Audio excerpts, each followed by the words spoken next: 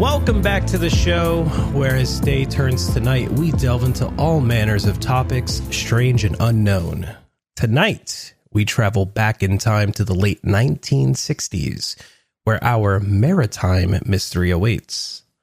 Ooh. This is 99.9 FM, Unidentified Signal. Oh, we're going out to sea. We're going out to sea. We are indeed. Okay. Let's see what this is all about. Can I go home? No, you gotta stay. Sorry. All right, here we go. In the summer of 1968, the world witnessed an audacious and perilous adventure, the Golden Globe Race, a solo, non-stop around-the-world sailing competition that would test the limits of human endurance and determination. The Golden Globe Race, being a brainchild of Sir Francis Chichester, the Golden Globe Race aimed to celebrate the 50th anniversary of the solo circumnavigation achieved by Joshua Slocum. The challenge was simple, yet monumental. Sail alone around the world without stopping.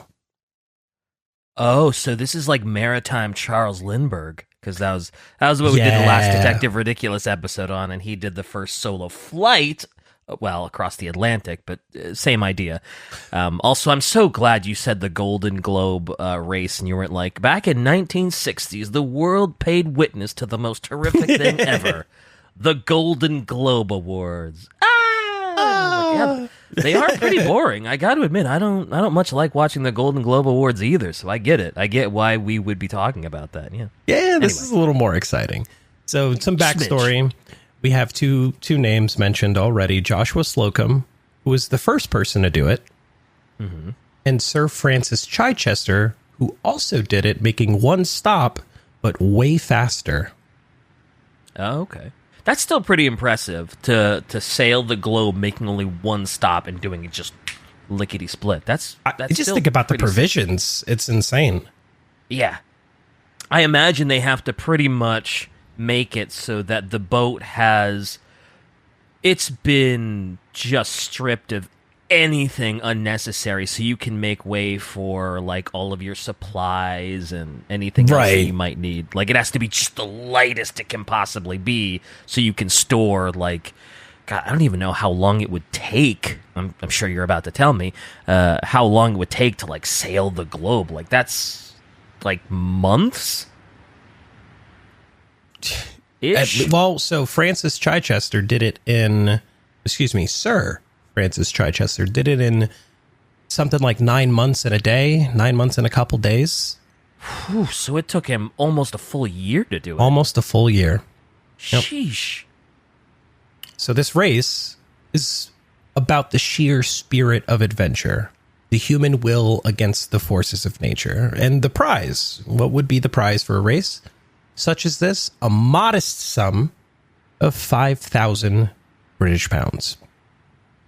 Wow, really? Even in the 1960s, for taking a whole year out of your life to sail the globe, that doesn't seem like that much money. I know there's inflation, so it's more than it sounds like, but man, that does not sound like a lot. Especially because, like, it's still a perilous journey. Like, that's still a very dangerous thing to do, to solo try and sail the globe for, well, I guess people like this probably aren't really doing it for the cash prize, right? They're doing it more for, like, they're doing it for the recognition, the pride, the I'm such a great sailor that I did it type of thing. That's true. Exactly. And for these sailors, it wasn't about the money, as you called it. It's about conquering the unknown, pushing the boundaries of human capability. So there were 9 participants. One name, however, stood out.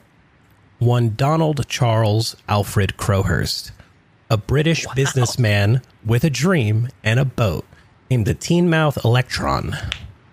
The eclectic mix of sailors included seasoned veterans like Robin Knox Johnson and amateur enthusiasts like Crowhurst. So we had a pretty wide variety of skill levels and like tenure on the seas, from people who knew exactly what they were getting into and what they were doing to an enthusiast such as Crowhurst.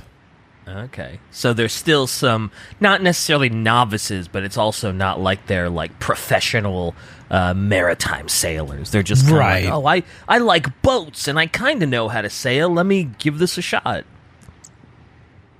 And then and that was exactly the case. Yeah. So, as the race commenced, the participants faced relentless challenges, as you would expect. Stormy seas, isolation, and the unforgiving nature of the Southern Ocean. Crowhurst, however, faced a unique set of trials. His logs, discovered later, revealed the internal struggles he faced. Loneliness, self-doubt, and the realization that his boat might not withstand the journey. Oh, no. Okay. So he doesn't have the right boat. What, does he not have the right supplies? He's kind of depressed, probably kind of homesick because he didn't realize just how alone he'd be.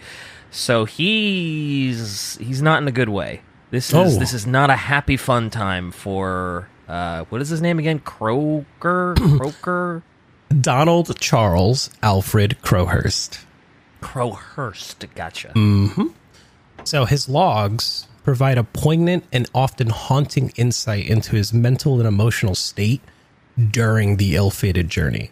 See, his logs revealed a complex mix of loneliness, depression, as he called it, and a struggle with the harsh realities he faced at sea. And there's quite a few themes and excerpts from his logs, which I'll come back to. Yeah, I imagine it's probably not a pretty sight. No. Ultimately, the logs provide a tragic narrative of a man caught between the harsh realities of the open sea, his personal struggles, and the intense pressure of such a high-profile race. They're racing to be the fastest amongst 9 or 8 others, if you're counting the one, to solo sail around the world at this point. And his disappearance and the discovery of his abandoned boat, without him on board, mind you, remain a mystery that has sparked speculation and theories about his fate. Oh, no. So they found his boat, but they didn't find him. Exactly. Oh, no. Although he very easily, it sounds like he very, very easily could have had a psychotic break and just completely lost it and just, you know. I love how in tune with this you are. Maybe he washed up on a shore somewhere and just, you know, he had a psychotic breakdown, mental episode. I only go to that because, God, I hate to keep going back to Detective Ridiculous, but we did an episode on a guy that went missing, and one of the big theories was like, oh yeah, this was, you know, all of this stress and anxiety brought about his first recorded mental episode where he basically just kind of mentally broke down and forgot who he was, and he's probably out there wandering somewhere, not knowing who he is, where he is, why he's there, how he got there, and just kind of, you know, living off the kindness of strangers, as it were. For what it's worth, yeah, a lot of disappearances, especially in things like this where they're gone for such a long period of time, further burdened by being alone. Like, yeah, the idea that they just, whatever, I'm done, and then they just fell off the face of the earth. They just disappeared. It's better to believe that, you know, they went missing or they passed away during the journey than to think that they just abandoned it and just said, whatever, I'm going to start a new life somewhere else. So it's like the theories, they kind of amount to all sorts, and you can go any direction. But this guy was alone at sea. The Kraken got him. Cthulhu ate him. Mm-hmm. Cthulhu made him go crazy and took him to the dark realm. That'd be something right there, right? Cthulhu mythos. Yeah. Yep. If it came out that Cthulhu was real, I would shit. It's putting it lightly, but yeah, I guess that is true. Yeah. Oh man. So as the race unfolded, Crowhurst's transmissions became increasingly erratic. Then silence. Donald Crowhurst's boat, the Teignmouth Electron, was found adrift in the Atlantic Ocean. The discovery was made on July 10th, 1969, by a search and rescue mission led by the British Royal Navy. The boat itself was located approximately 1,800 miles west of the Azores. Whoa. That is that how they, because Shai just showed me a picture of it. Is that how they found the boat? Or is that just after like a while? That's how because that boat is not in great condition. No, it's been dragged on land. So, oh, okay, gotcha. I wasn't sure if that's exactly how they found it, or that's how it was after they dragged it on land after a couple years. Because I was like, sheesh. For what it's worth, you can assume that that's exactly how the boat was found, just adrift, just like that. Oh, with no one on board. Yikes! Yeah. When the rescue team boarded the Teignmouth Electron, they found the vessel abandoned with no sign of Crowhurst. The boat was in relatively good condition when they found it, but the discovery of the now abandoned vessel deepened the mystery surrounding his disappearance. The exact circumstances and the reasons behind abandoning the boat remain speculative, as Crowhurst's fate was never definitively determined. The mystery still lingers to this day, sparking numerous theories about what transpired in those final days at sea. Yeah, I bet. And they have his log. Does he have log entries from those final days? Or boy, he does. And I've chopped just concepts because they are very hard to read. Not like mentally hard to read. Like this man's, like his penmanship. Also, like they were just kind of scribbles because it was very clear that he was not mentally in a good place, and they were just kind of like very scribbled. And it was wild. Like his opening logs, the beginning logs were pretty clear and concise and clean and neatly and organized. But as time went on, there were scratch marks, scribbles, arrows, brackets, just all sorts of things all over his logs. Like Shai posted a picture for us to take a look at here. Yeah, on her little chalkboard in the studio. Yeah, it's just like tapping the sign. It's right here. Look at it, and you can kind of see what I'm talking about. It gets a little erratic, and oh yeah, it does get very erratic. Like there's a lot of scratching out. There's a lot of brackets. There's a lot mathematical of equations. Like yeah, has nothing to do with the nautical voyage. At least a lot of it, and it's just it shows a little bit of the inside of his mind. So I've broken down those concepts because now's a good time to talk about the logs. But hold on a sec. It sounds like we're getting a call. Go ahead. Oh.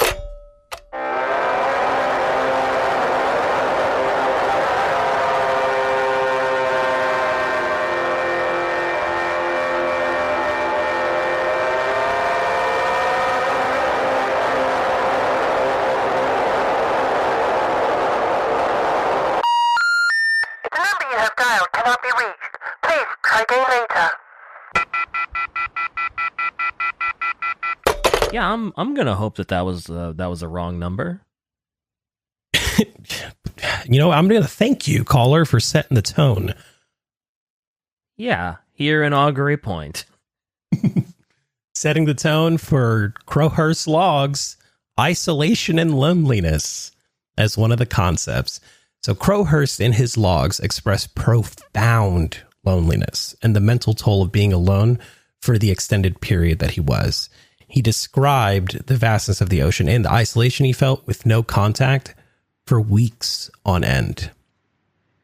This comes on top of the technical challenges, the false reports, his financial and personal pressures, multitudes of philosophical reflections, and his increasing deterioration of his mental state. He had financial problems and you said personal problems? Is that personal like, oh yeah, he'd been out there for months and he was just kind of mentally deteriorating? Or like, did he have like family troubles and things aren't going well with the wife and kids? Or money. Just money. Okay. So, all right. Yeah, his deteriorating mental state. Again. Yeah. Well, in this case, the pound, but yeah, it strikes again. Evident in the entries found in his logs, as the challenges of the solo circumnavigation intensified, various factors contributed to the decline of his mental well-being. I spoke about the technical challenges. The Teignmouth Electron just wasn't up to snuff. The vessel's seaworthiness and the fear of catastrophic failure heightened his anxiety, thinking that his boat just wasn't ready for this, and constantly thinking today's the day, and just compiling that upon day after day, week after week, month after month, with no one to talk to for clarity, for compassion, or assurance. Exactly. So it became evident. He was sure that his boat wasn't ready for this. He wasn't ready for it. Oh my God, I've set out on a journey that I didn't realize the scope of, and any day now I'm going to get sunk and I'm going to die. Yeah. Oof, that is every day. That is a heavy mental burden. Yeah, dude, imagine thinking that every day. Literally every day. With no one to assure you that no, it's fine, or oh, hey, don't worry about it. Like, if you're really that scared about it, let's, reroute and just stop the race because it's not that important or something like that. It's just constant anxiety and just, oof, man. Yeah, and this led to him being deceptive in his reporting because they radioed in to keep tabs, but Crowhurst's mental state, as well as all of these self-doubts and worries that he was having, caused him to be deceptive in his reporting. So he started lying, just flat out lying, in an attempt to project a false image of success and progress in the race. He was taking coordinates from places he hadn't even been to yet and submitting them as where he is in the race. Oh, so finding the boat was probably even harder because they're like, oh yeah, here was his last known coordinates, and then they go and look in that area and they're like, there's no sign of him here. But those are off. Yep. Though, yeah, those are completely off, so it's like, oh great, we can't find him. Also, if he was feeling that mentally bad, could he have ever radioed in and been like, hey guys, I'm not doing great, I need some help? Or was it one of those things where he had so much like, oh no, I need to finish this, I need to do this, that he just wouldn't ask for help? Probably the latter. So he owned a business. He owned a business that wasn't doing so hot, and he needed money. And something with of this caliber would come with, fame and fortune to some degree. Obviously, there was a £5,000 cash prize on this, but more would effectively come from this. Like, you would effectively go down in the annals of maritime history as someone who completed this race.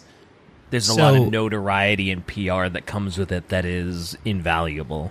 Exactly. So he up and left everything from his business because it wasn't doing so hot as it was, and he chose, this is my chance. He chose this race as his chance to make something of himself. Ticket. Effectively, yeah. So the financial pressures, the deceptive reporting, the technical challenges of the boat, and then being alone for that long led to some serious existential and philosophical reflections in his logs, literally musings about life, death, the nature of existence. And while all of that to read was insightful, it hinted at a much deeper inner struggle and existential crisis that he was kind of dealing with out here. And as the race progressed, his logs, becoming increasingly erratic and disjointed, reflected more appropriately his fractured mental state, with thoughts jumping between different themes and emotions. Dang. Yeah, the pressure of when his hometown found out that he was going to be taking part in this race, they all, outwardly backed him as well. So he had taken on all of that pressure too. Oh, so he felt like he had to do it for his hometown now because he had sort of become that hometown celebrity that everybody was looking up to. And it's like, oh, yeah, it's like rooting for your favorite sports team where you put all your hopes on their back. And so he felt like he couldn't let his home down either. So he couldn't just quit midway because then I'd be letting literally everyone down. Not just my family, but literally my entire hometown gets let down if I just up and quit this race because I'm not feeling, I'm feeling a little homesick or a little scared. Oh, that is quite the burden indeed. So also, can I ask what was his business? What did he do before the what was the failing business? It was in electronics, if I remember correctly. Yeah, ship electronics. Oh, okay. I guess, if your business is making ship electronics and then you win the Golden Globe Maritime race, yeah, that's going to make a big boom for business, because presumably everybody's going to be like, well, if his electronics were good enough to win that race, I got to buy my stuff from them. So, I can't even imagine the pressure now. Knowing all this other stuff now, dude, like, the pressure was... Whoo-wee. So, like, he wasn't like... what was it? He wasn't so inept, as it were, right? Like, because he was a weekend sailor. Like, to put it bluntly, he was a weekend sailor. Like, I went out on the weekends to sail. But he... Oh, so he was full-on casual sailor. Yeah, he was by no means like an expert or a pro. Like, when we say an enthusiast, this man, he had the boat, he had the means, rudimentary equipment. Like, he was able to go out on the water, but he was by no means ready for a race of this magnitude. Like, his business... He wasn't ready for a worldwide race across the globe. Like, yeah. No, by no means. Like, the man not built... Not even close. He built direction, like radio direction finders, if I'm remembering correctly, and maybe our producer can tell me if I'm wrong here, but he built something called, like, the Navigator, which is like a handheld device, right? And it would help get your bearings from, like, marine and aviation radio beacons. So, like, you weren't lost, you could maintain contact to some degree, and his business was sort of centered around that at the time, and he had some success with it, but it, advancements in technology, it inevitably began to fail. So in an effort to gain, like, more publicity, he wanted sponsors, so he took to the race.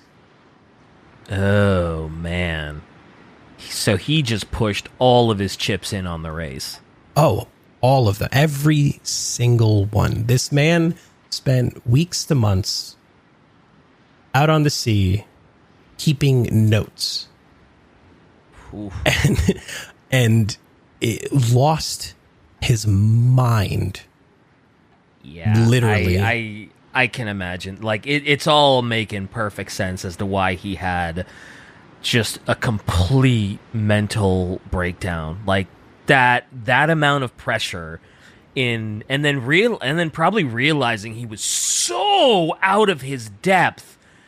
Literally. I mean, I'm surprised he made it even a month before just having just a complete psychotic breakdown. Yeah. So, yeah. Yeah, so... Sheesh. Yeah, so going back to it, when the rescue team boarded his boat, they found it abandoned with no sign of Crowhurst at all.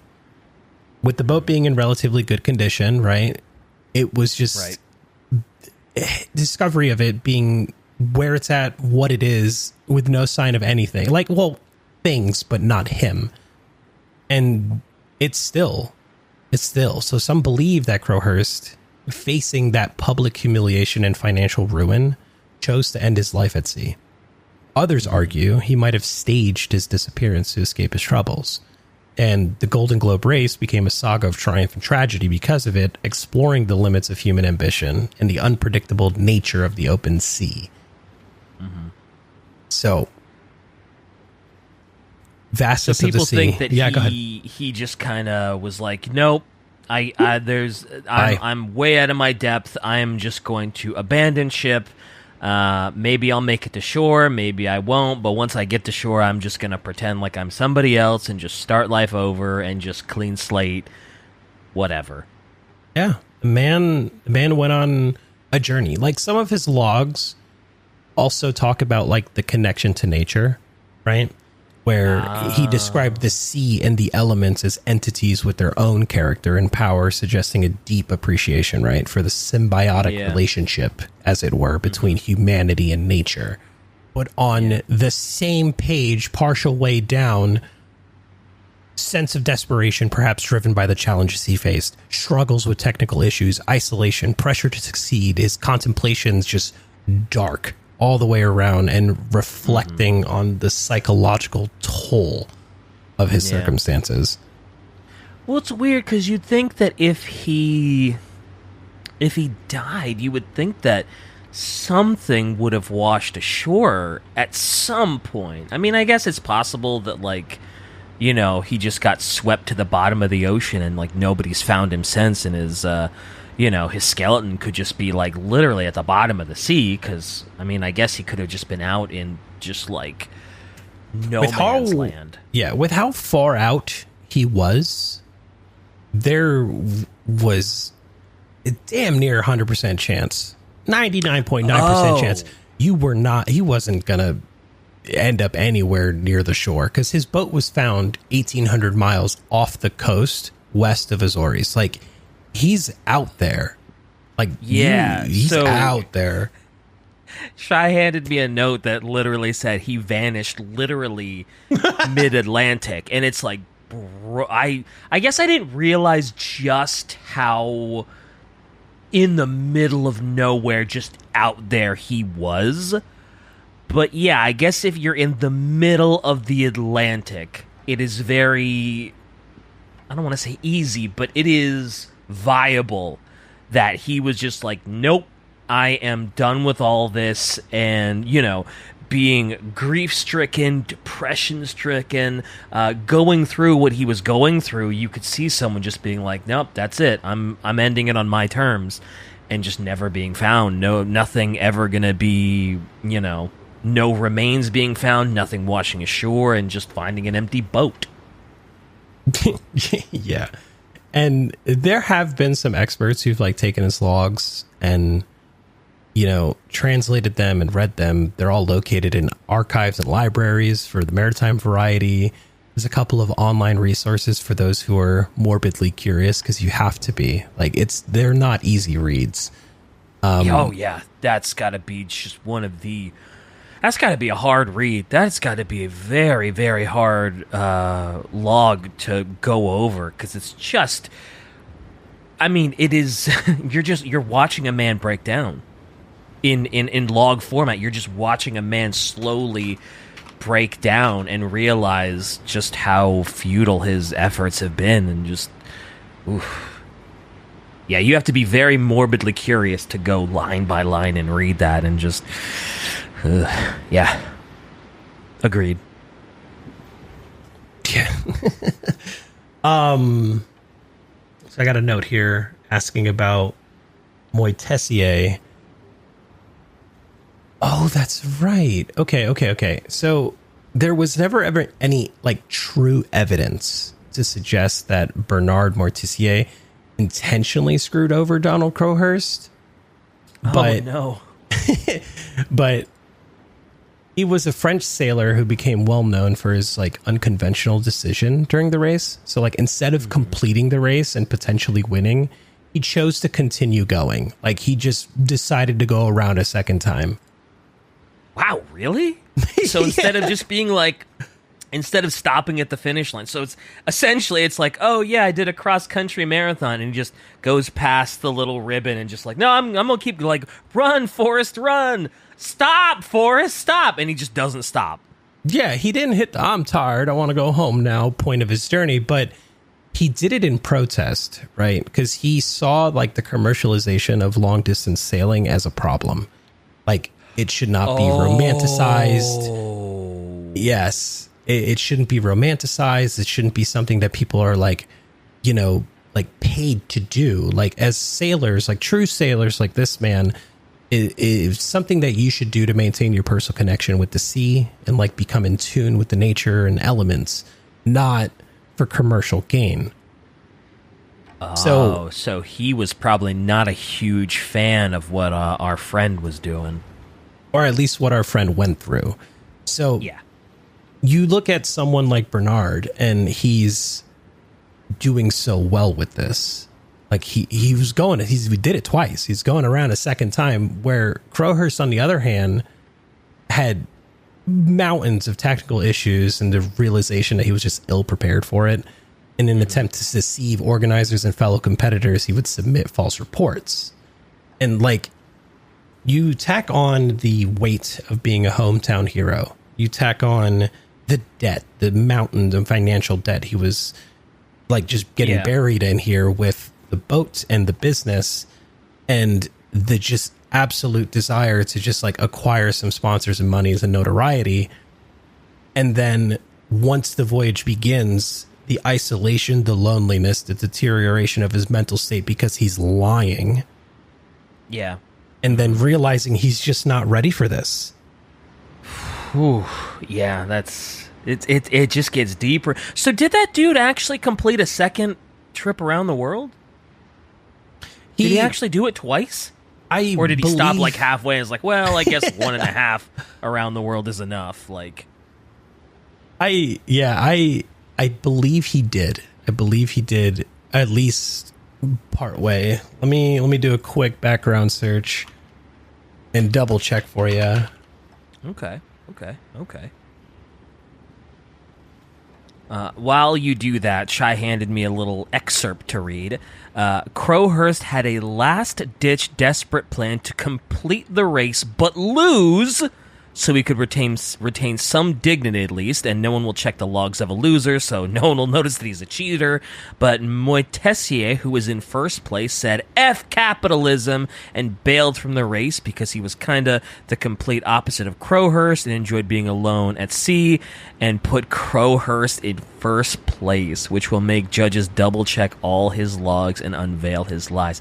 Ooh. So Moitessier kind of inadvertently screwed him because he was going to be like, oh, you know what, whatever, I'll just lose. Right. No big deal. Nobody's going to check my logs. Nobody's going to realize just how bad it was, and it, whatever, who cares?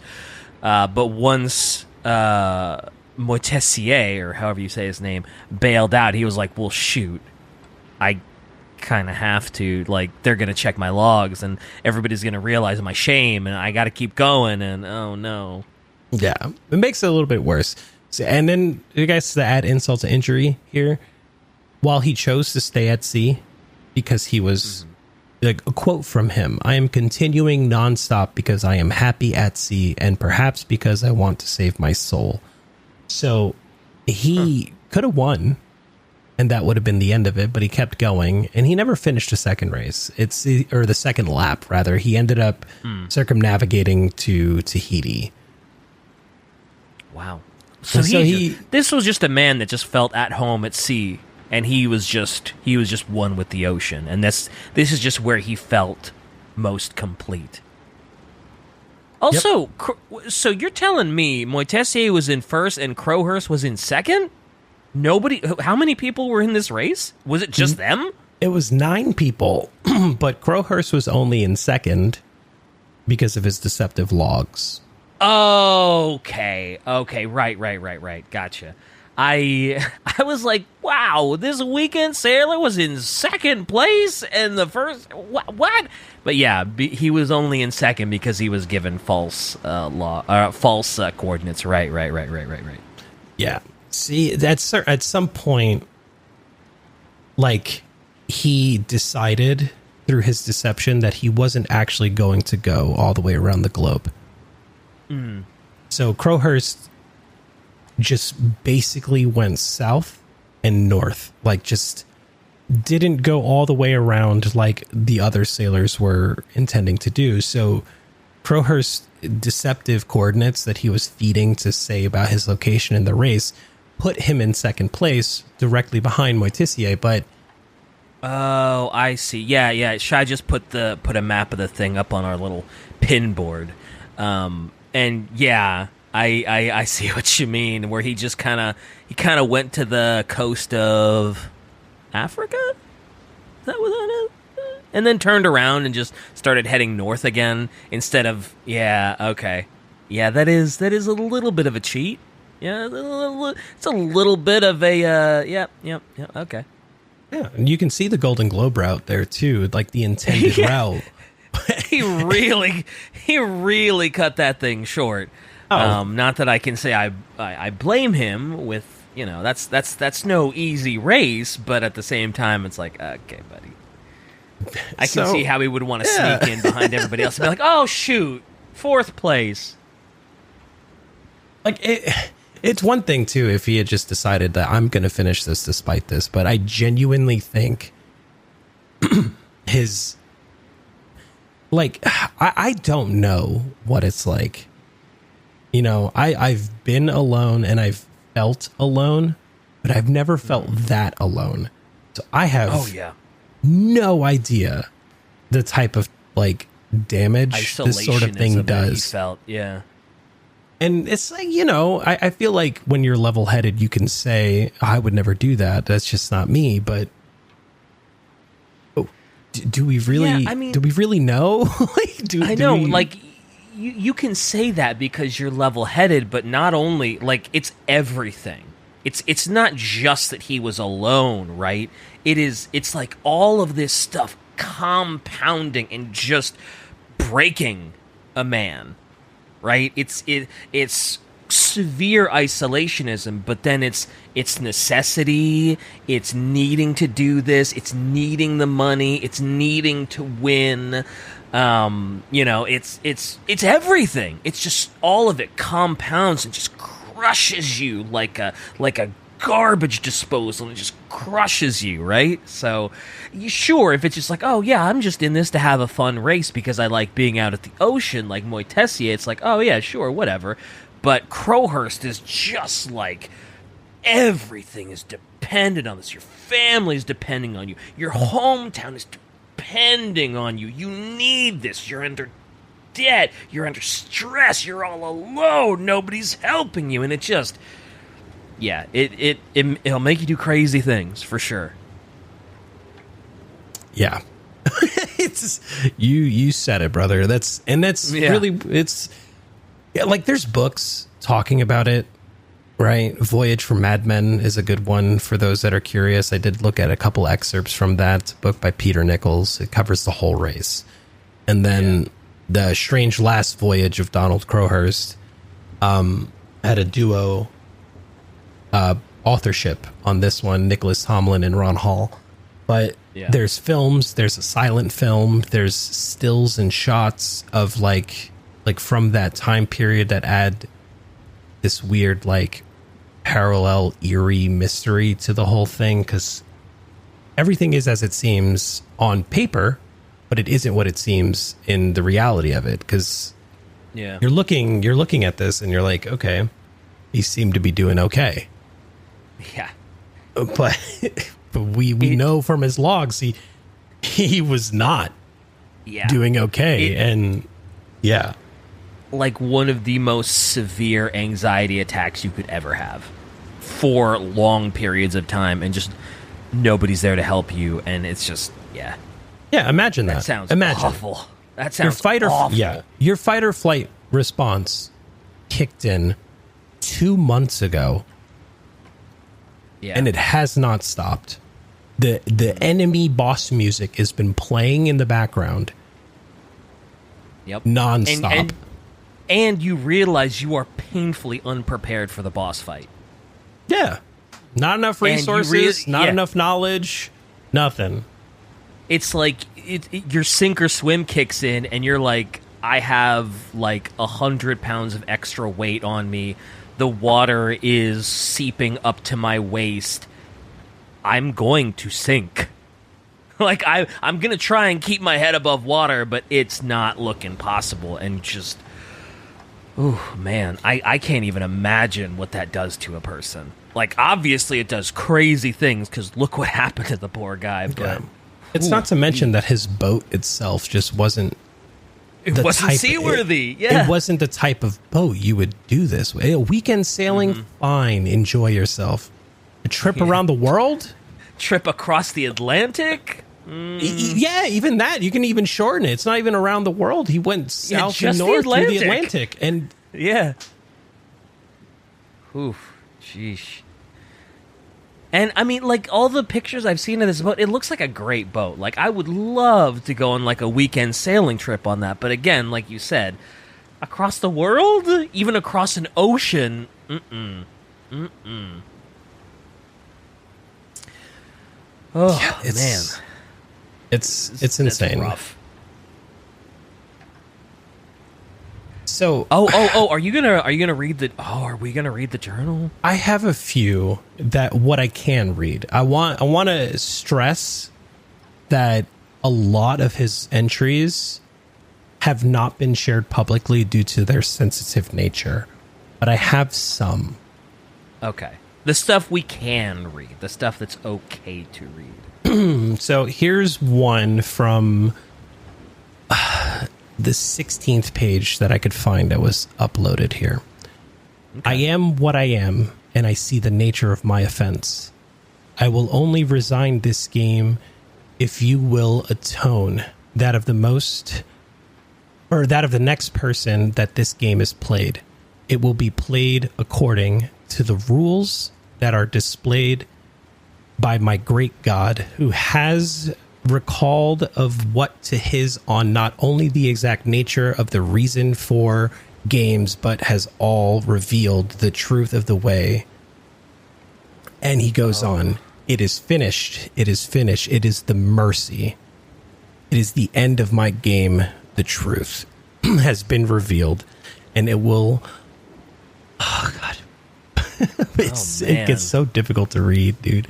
It is the time for your truth to begin. I have not read, or not long to prolong the game. I have not read to prolong the game. It's really hard to read. Yeah. Man, that doesn't sound great. That's... Yeah. It is the mercy. Here, I got another one for you. I'm going to go ahead and post this one on the pin board for you. It is the mercy. Kind of makes me like, oh no, I don't. Yeah, this is kind of reading like someone that is just kind of done and has been like completely broken. I want you to see how level-headed you are, mostly in that first set of pages. Whoa. To the second set of pages. Like, yeah, that's a lot of... That is a scrambled train of thought. Whoa. All right. It is the mercy. Yeah, that it is finished, it is finished, it is the mercy does not leave me hopeful that he survived and just kind of like, oh, I'm just going to kind of jump off the boat or something. It unfortunately leads me to believe that he may have ended up taking his own life. Because it's too cryptic and it's too like... It reads like a final note, and I just... Oh, man, that's heavy. That's heavy. The kingdom of God has an area measured not in square miles, but in square hours. It is a kingdom with all the time in the world. We have used all of the time available to us and must seek an imaginary sort of time. Oh, man. Yeesh. Yeah, this does not leave me hopeful for the, oh yeah, he just... swam to shore or something, or wound up on shore. Oh man, that's heavy. That's heavy, man. Those are some heavy entries. I'm not gonna lie. That leaves me with a feeling of like dread for his fate. Ooh, I found a clean transcript for us. I am what I am, and I see the nature of my offense. I will only resign this game if you agree that on the next occasion that this game is played, it will be played according to the rules that are devised by my great God, who has revealed at last to his son not only the exact nature of the reason for games, but has also revealed the truth of the way of ending of the next game, that it is finished. It is finished. It is mercy. The words filled the page. Time noted in the log was 11:17 in the morning. I will play this game when I choose. I will resign the game. There is no reason for harmful, then it just cuts off. Next page blank. That was the last page in the journal. The last page of his log reads exactly that. That it is finished. It is finished. It is the Mercy. Oh man! So it's safe to assume, based on his logs, that around 11:20 in the morning and 40 seconds was the last time this man's pen touched paper. Yeah. Oh, that is an ominous and dread-filled final page. That does not leave me hopeful at all. That just that's it's like this mixture of like tragic dread that's just like you can see where this is going, and like you can kind of His last sane writing, I feel tremendously fit. I feel as if I could realize all those ambitions I nurtured as a boy, like playing cricket for England. All those flabby men, the gray flanneled executives of Madison Avenue. There is a danger that the way we live nowadays just poisons us with sitting down, worrying about our nearest competitor in our level of the pyramid, the rat race. And there's nothing like going to sea for getting rid of all the poisons, harping back to Strangelove. Or is that Strangelove? I'm awful with words. The sort of Strangelove kernel. The poisons in your body, you must get rid of them. I don't know what they are, but they've got to go. The sea's the way to get rid of them, I'm sure. I feel in tremendous shape. I've never felt so. And then jump to, it is the Mercy, and we see the de-evolution of man. Oh, man. It's a little ironic that he says going to sea is how you get rid of all the poisons. And as it turns out, this trip to sea was probably the most poisonous thing to like his mental well-being, his physical well-being, his every well-being. And it's just, oh man, yikes. I think the crazy thing about it is when you're a person like Moitessier, who absolutely finds himself home at sea and is able to do what he is able to do, without the stress or worries of, for what it's worth, the life on land and the real world outside of this, you can have a great experience. But Crowhurst went into this with a mountain of worry already. Yeah. And to me, when I was looking at his logs, it felt like he was trying to convince himself that this was going to be it. You know what I mean? Right. He was trying to convince himself that, I'm okay. I'll be okay. Like it was almost like his way of self-therapy, right? Like, it'll get better. Being out on the sea, that's the way to be, all that stuff back on the land is what got me into trouble in the first one. I'll be okay. Yeah.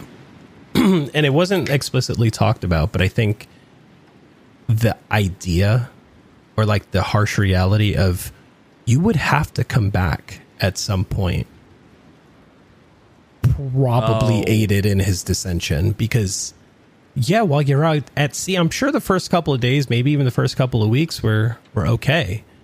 But how quickly he realized he was unfit for this, and then tack on the stuff that he self-talked about in the beginning is now coming back into play. And now you see it in his writings. He just, for lack of better terms, lost his mind. Yeah, and not only like not being ready, realizing, I'm not going to win the race, or I have to keep doing this and they're going to find out that I'm a cheater. And it's like, you also have to be like, oh no, I have to go back to my life on land. Like, I came out here with the idea that this is going to be my golden ticket, that this is going to fix everything. I have to go back to all that stuff, and I have no answer. I'm going back to debt. I'm going back to a disappointed family. I'm going back to a disappointed hometown. I'm going back as a complete failure, and I have solved nothing. My debt is still there. I have solved nothing. So all of that suddenly comes back too, and it's like, oh man, as if things weren't bad enough, when he realized that there was no chance for him, oh my God, like, not a hero, I'm not going back as a hero. I don't know. My wife may hate me. My kids may hate me. The hometown is going to ridicule. I'm going to be a joke for the rest of my life. Why even go back? Ooh, that's a... Oh, I don't... Ooh, yeah, that's heavy. That's heavy, dude. Yeah, he had a big family, too. Like, he was married, and he had 4 kids. Oh, boy. Oh, man. Yeah, Shai just posted the picture on our little chalkboard, our Pepe Silva chalkboard. That's the meme, right? Pepe Sylvia, or whatever. Anyway, you know the meme. Yeah, 4 kids and a wife, man. How old were his kids when he left? Because, like, they grew up without a father now? Like, oh, man. That's tough. That's brutal, dude. So there wasn't any detailed information that could be found about the specific ages, but I have their names. We have Simon, Rachel, Simon Davy, and James. His wife's name was Claire. Oh, man. They're all young. They can't look... Oldest there looks, what, 10 or 11? Maybe the oldest one looks like he's about 10, 11, 12-ish. Oh, man, that sucks. It all just sucks. That whole thing that's just an awful situation all around. And for what it's worth, I'm sure he thought about this too while he was out there. It's like, oh my God, what about my kids? Like, they're going to grow up without a father. They're going to grow up with a failure of a father. Their father's not a hero. And he left them his debt. Like, they have to pick up the pieces. So there's much on the board here that was like, again, I can't even begin to fathom, like, the weight and what that does to the human psyche. I just don't. Like, he had delusions of grandeur, you could assume, right? Because he thought the race was just going to be, as you said, the golden ticket. This was going to be it. Yep. I wonder if any of that even crossed his mind when he was writing that final journal entry, because it seemed like his mental state was so, he had been just completely cracked and broken that way before then, yeah. Who knows what mental state he was in? Who knows what if he could have even contemplated at that time that he even had a family? Who knows? Because he was talking about God and God's time and this is my mercy and it's finished and the game's time, and I'm not even sure he was fully aware of what he had or even who he was. Like, he just totally broke. Oof. Yeah. That is just tragic. There's no happiness here. It is all tragedy in Augury Point right now. None. Oh, man. None. I want to know more or less what people think that are listening to this transmission. Could you imagine what it would be like to be Donald Crowhurst or some other identical individual in a similar situation with so much writing on this that you felt you had to lie and sort of cheat your way through this, and once you realized that also wasn't enough? Yeah. You had gone to your lowest point to try and make it all work, and then somehow it gets even worse, and sheesh. All right, Shai handed me a little note card. Jonathan Rabin, British writer, has written that in 1970, Crowhurst was seen as a hoaxer who came to a pathetic end. Now he's more likely to be viewed as a tragic hero, a tortured soul, in involuntary exile from the stable world. Teignmouth Electron has become like a ship in an allegory, a vessel to transport the reader beyond the known world into a strange and lonely realm where the reader too will lose his bearings and face the ultimate disintegration of the self in the cruel laboratory of the sea. I don't know if I view him as a tragic hero. The whole thing is absolutely a tragedy. Not sure about the hero part. The rest of it, I agree with, but I don't know about tragic hero. I feel like in the world of writing, your tragic hero is someone who sets out to accomplish great things, but ultimately fails. And I think that's kind of where he's going with it. Gotcha. Yeah, in that case, sure. Which still sucks, but I'm glad the view of the man has not been so harsh for what it's worth. Because he was struggling, brother. He was struggling. Like, calling him just, like, I'm sure in 1970, you know, where the world is a much harsher place, people probably were just like, he's a bloody hoaxer, you know? But when you look at everything that he went through and everything compounded, it's just like, whoa. Got another line from Shai. More in line with DK's opinion, Tomlin and Hall wrote in 1970, although it is basically a story about heroics, there is no hero, but neither is there a villain. Crowhurst, despite his deceptions, was a man of courage and intelligence who acted as he did because of intolerable circumstances. The fact that he paid a far greater penalty than he needed is testament to his quality. Yeah, that's probably a little more in line with what I'm thinking. Not really a hero, but it's not like he was like a villain either, right? You're in a situation where there's just like it's unfathomable, it's unimaginable, it'll make you crack, it'll make you do things that you wouldn't normally do, and it's just a tragedy. It's just a tragedy.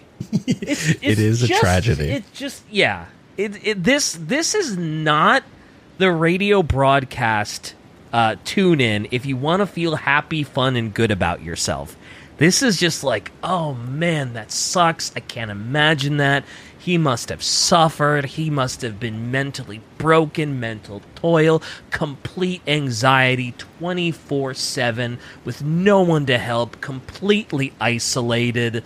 And in the 1970s, like, even if he was on shore, it's not, mental health, like, has only finally been recognized as something that is a real ailment in basically recent times. So in the 1970s, anyway, it's just tragedy strikes yet again.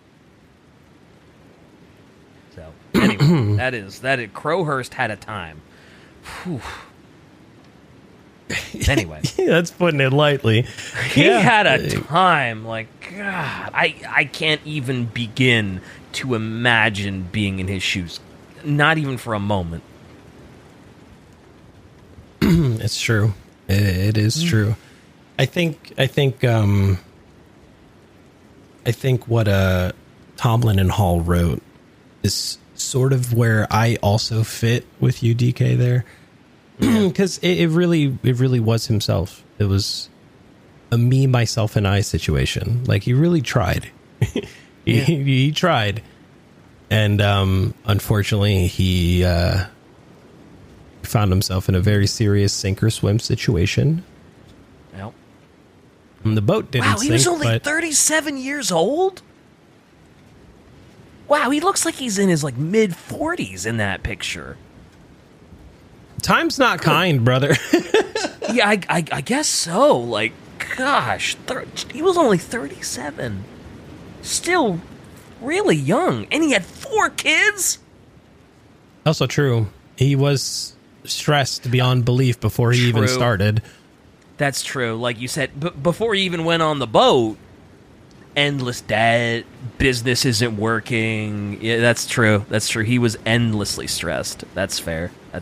It's not like his stress only started when he started the race. Yeah, that's true. 4 kids at 37. Gosh. So us here from the isolated community of Augury Point, New Mexico, just want to remind you that You do not need to sail around the world, or at least attempt to prove yourself. No, you do please not. Don't. Unless you are fully prepared for what you are about to do. You need to be prepared. Don't just go out on a whim because you like to sail on the weekends and whatever. You know, do your due diligence, do your research, you know, but don't do it to prove a point or try to instantly get fame or, oh man, God, what a tragedy. Yep. And if I'm not mistaken, the Golden Globe race, that was, let me double check. I want to say that was the last one. Oh, okay. I was about to ask, do they still do the race, or did seeing this happen to Crowhurst sort of make them be like, whoa, maybe we should restrict entry. Maybe we should make it so not just any old Tom, Dick, and Harry can join. So they've revamped the rules. So it's still going on to this day. I was going to say, surely they must have, right? Yes, so it's still going on. But it's been tougher to get into. Yeah, there's a vetting period. They got to make sure you're prepped for this. Yeah, sure, because obviously they don't want this to happen ever again, and it's such a treacherous thing to sail the globe by yourself that, there has to be some sort of... The last one was in 2018, so there could be another one coming up soon. Okay. All right. Do we have anything else on this? Yeah, and if you fail, you can always go back home. Being embarrassed by not winning sure does suck, but at least you are back. At least you are home. At least you're safe, and you can recover from a little embarrassment. I do it every week. Anyway. But yeah, that's it for us. Yeah. You want to wrap us up? Well, I was just gonna say, we're a small little radio station out here in Augury Point, and we, if you want to maybe support our little broadcast, I've been told that we have a Patreon now. So if you clickety-clack on the interwebs after listening to this broadcast and go to patreon.com/unidentified signal, you could maybe support us. Because like I said, we're just in this little, I don't want to say a shack. It's better than a shack. We have a nice little studio, but, to broaden the horizons of the broadcast, patreon.com/unidentified signal. Yeah. And that's the show, folks. As always, thanks for tuning in and being true. Augury Point awaits your visit. I've been Slap. That was DK. Until next time, sleep where they can't find you.